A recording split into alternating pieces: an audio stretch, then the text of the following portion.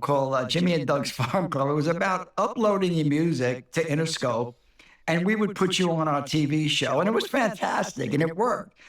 And what I really wanted to do was have a music streaming service of all you can eat.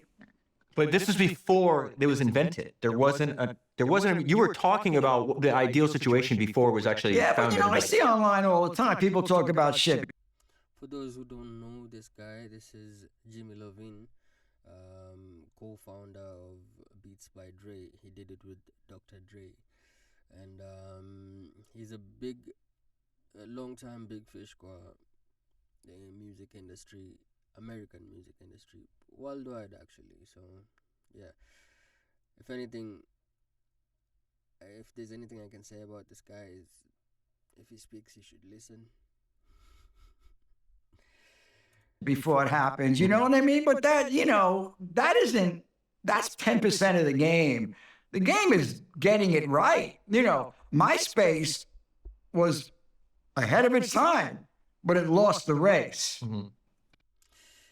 MySpace, this is a music platform that was there before all this Spotify design, all that.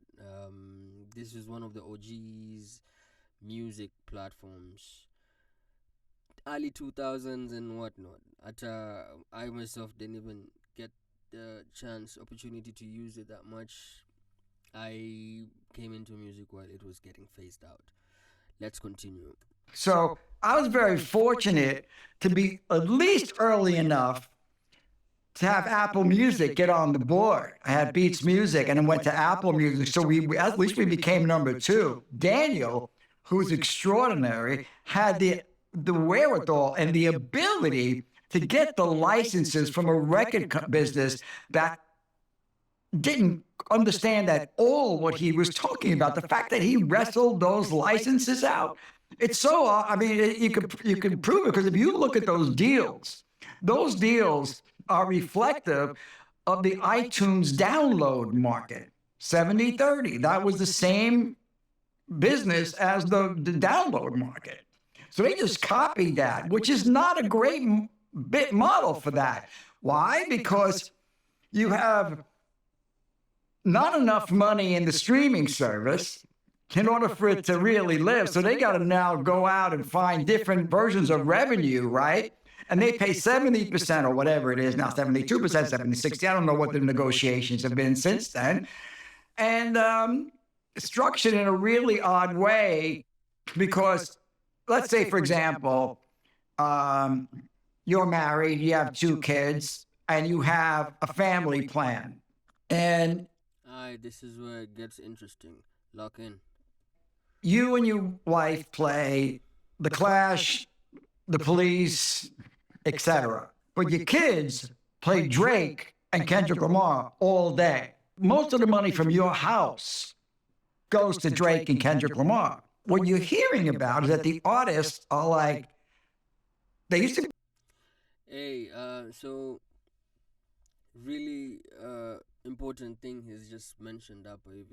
Jimmy is talking about essentially the pro rata system of revenue splits that these streaming platforms, Spotify included, are using to pay out artists.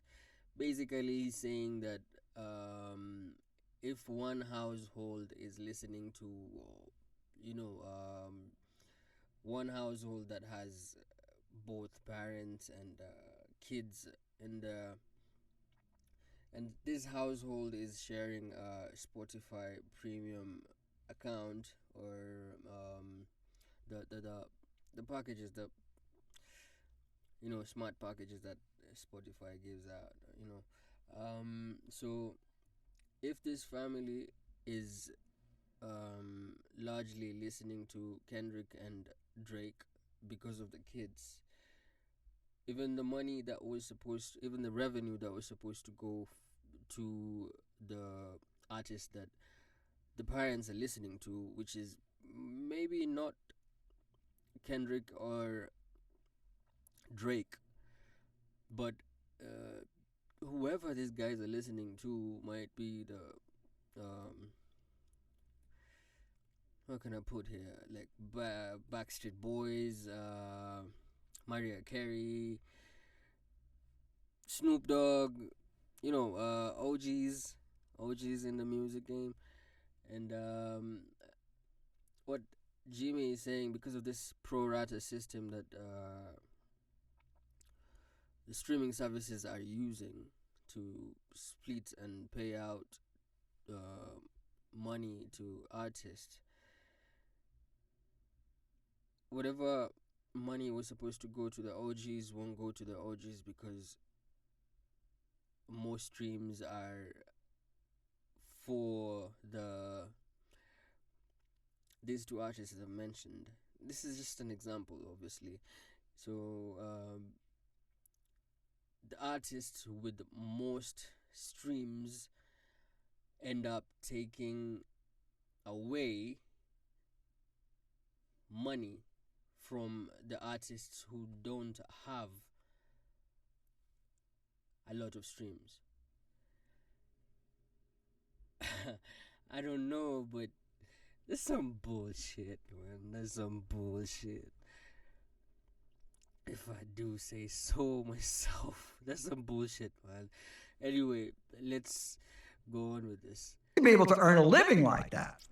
But now, unless you're in that top chunk of heavy streaming, the money's not. Exactly what I'm saying. Like, yo, it's either you have millions of streams on Spotify, or you have nothing. That's just how it is.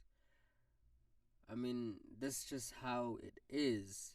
You either have a million streams or so on Spotify and other streaming platforms, or you have zero. There's no 100 streams, there's no 1,000 streams. These numbers don't even make sense in this pro rata system. I'm talking about the pro rata system. Jimmy Lovine is not saying the actual name, but this is what it's called, the pro rata system. Okay, and fam, open your eyes. I say, wanatukulia tu mado. You either have a million streams, a million or so streams on these platforms, or you have zero. If you look at your statistics, alafu inaonesha anywhere from 10, 100, 1,000, 5,000, 100,000, that's nothing. It's literally nothing. Let's go on. Really meaningful. So that's a problem they have to fix. There's no question about that. But there's a lot wrong with streaming, in my opinion. It's one-dimensional. It's an ATM machine. You put your money in, you get your music. They don't do anything for the artist. See, the artists want to communicate with their fans. Period. That's what they want. They want to communicate. They want to market themselves. And the streaming services are still saying, we'll put you on our list if you're nice to us or if you like us. That's bullshit. You got to allow them to have your audience and let them breathe, which is what, not for philanthropic reasons, but this is what TikTok does. That's what Instagram does. You could somewhat promote yourself. So the streaming services, to me, are minutes away from being obsolete. There you go. Streaming platforms are minutes away from being obsolete. Is there any way to rephrase that?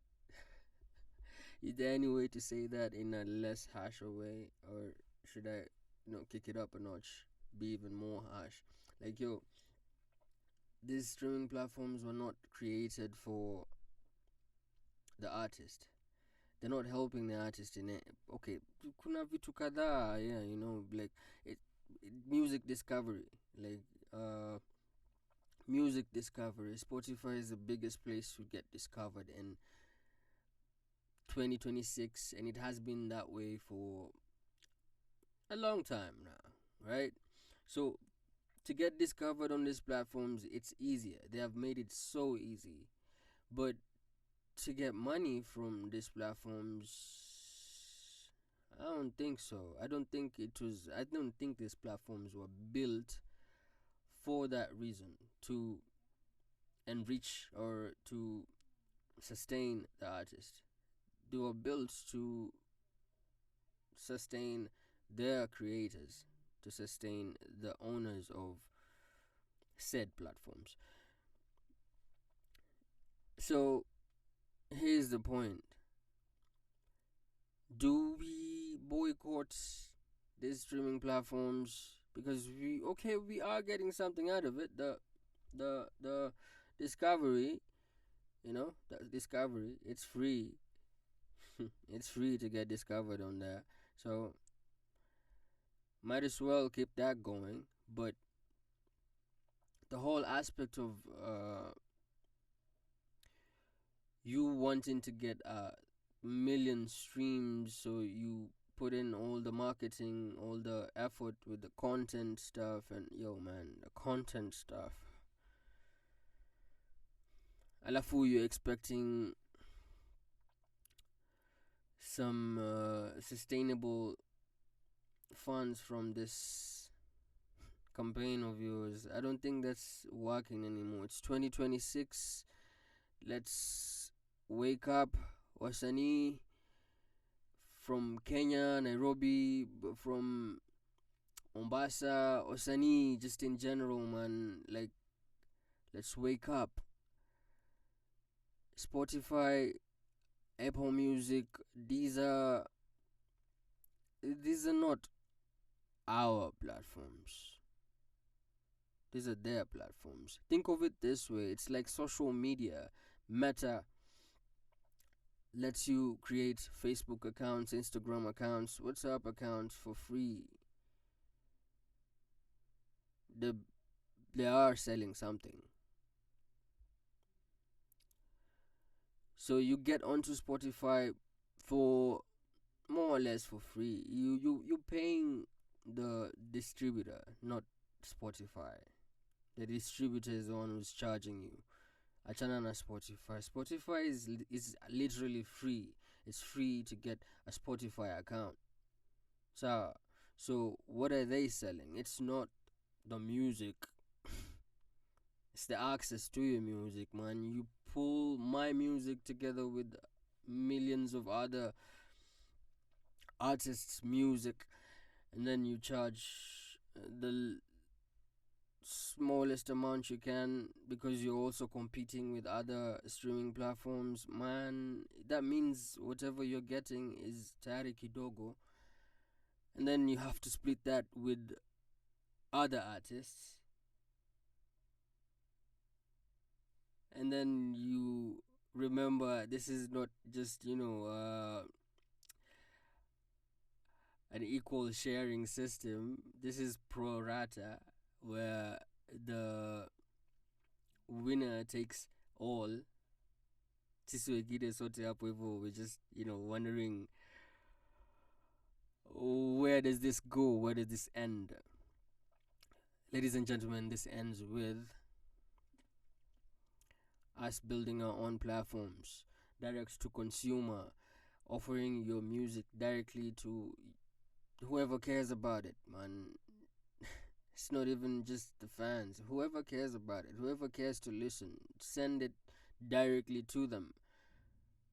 I mean, don't boycott Spotify for now.